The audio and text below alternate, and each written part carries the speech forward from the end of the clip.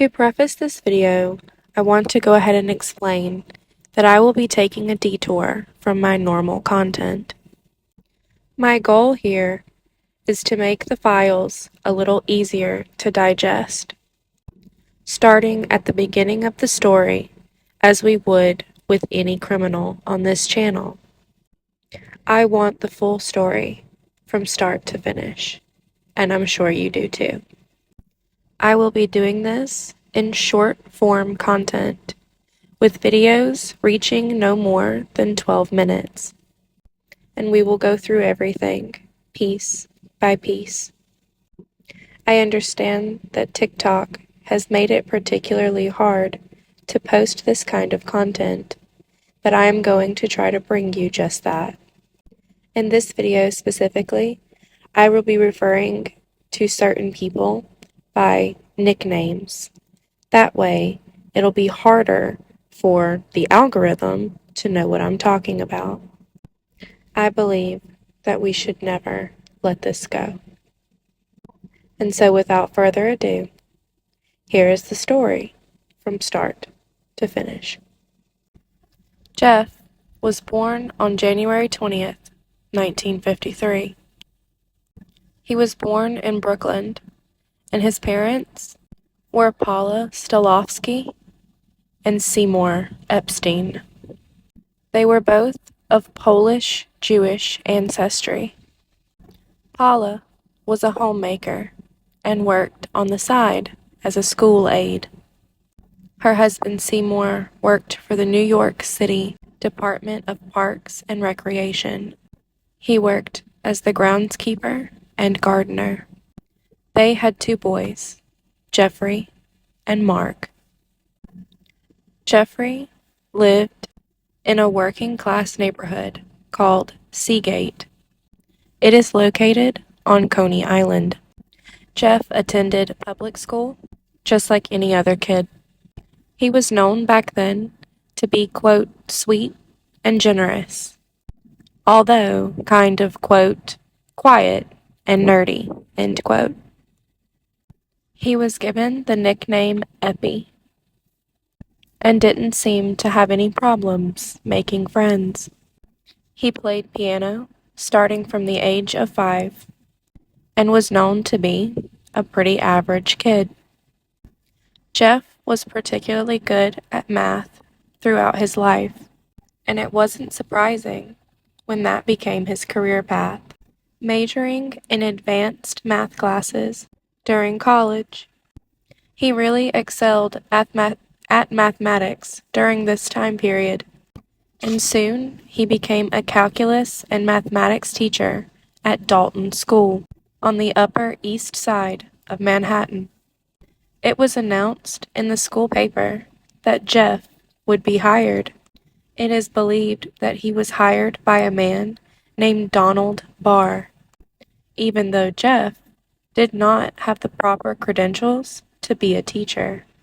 Although this has never been confirmed, Jeff would begin working at the school not long after Donald Barr's departure. It would seem that this is the very first instance in which we see Jeff manipulate his way into a situation, simply becoming friends with someone at the school, allegedly Mr. Barr, and then being able to manipulate this person into giving him employment without proper credentials.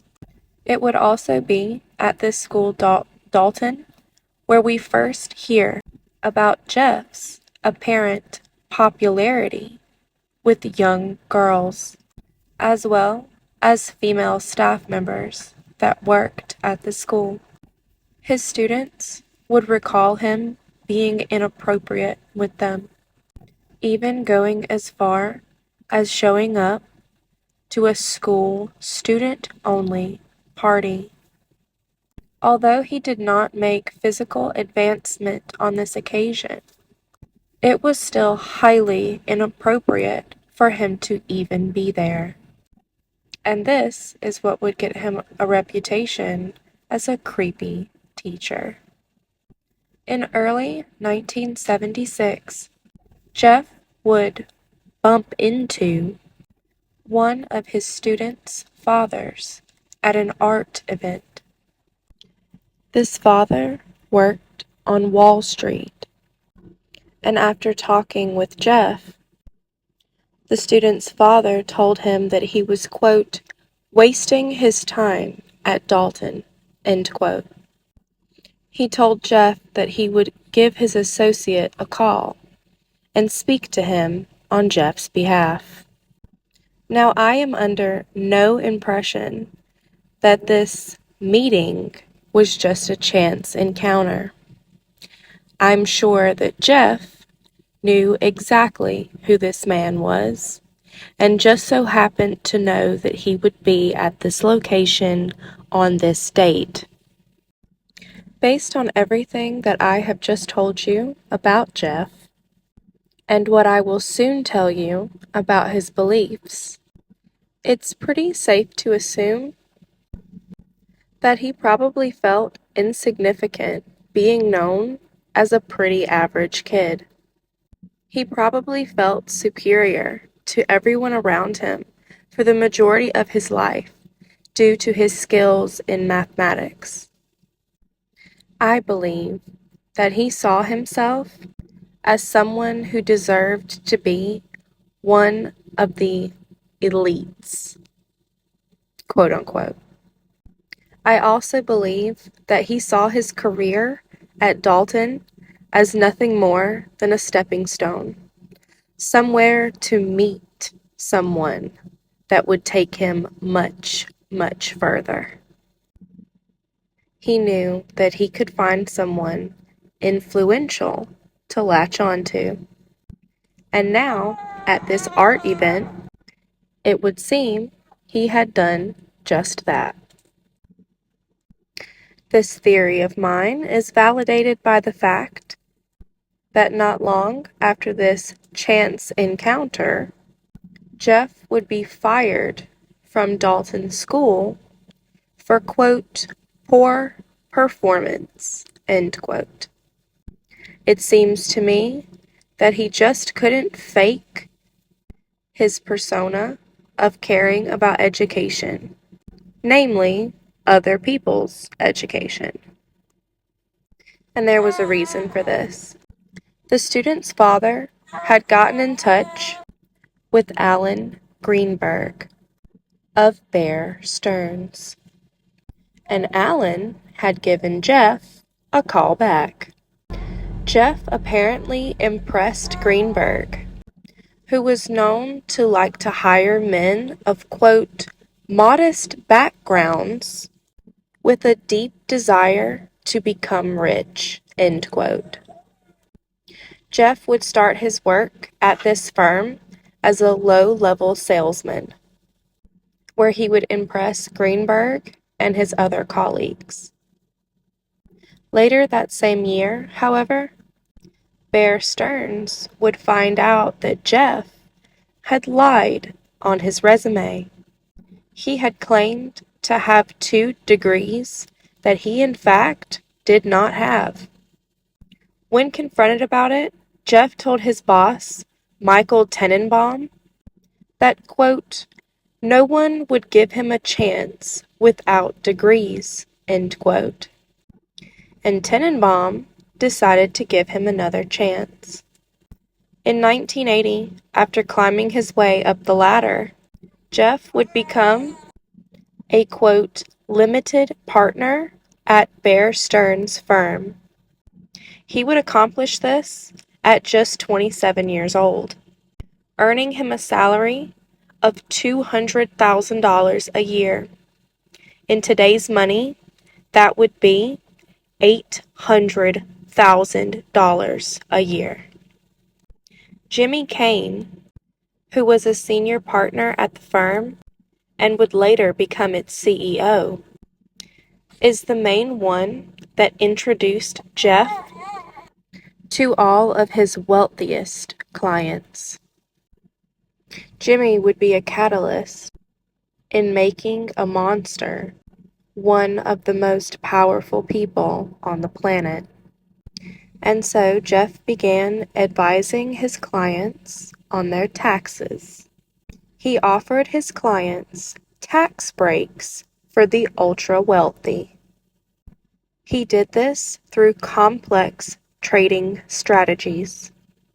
Essentially, he helped his clients work the system in order to pay less money in taxes. He began having lunches with these clients and establishing a network. This network, of course, containing some of the richest people in America. And before long, it would expand to even outside of America.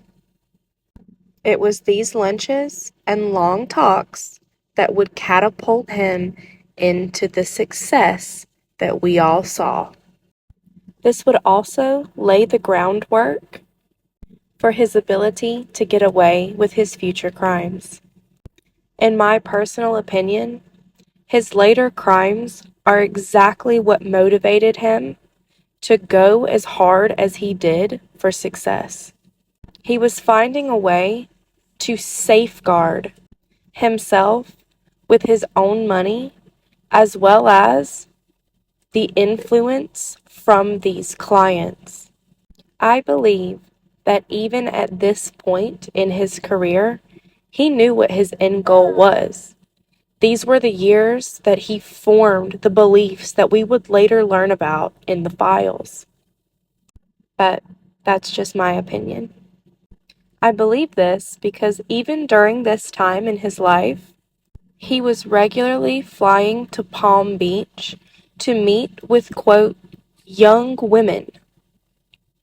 And it was during this same time that Cosmopolitan magazine would name him Bachelor of the Month and encourage women and girls to write him. As I said, this is going to be a multi-part series, and I will continue on with my theories and the early life of Jeff in the next part. Thank you all for listening, and remember, keep talking about it. They hate it when we talk about it.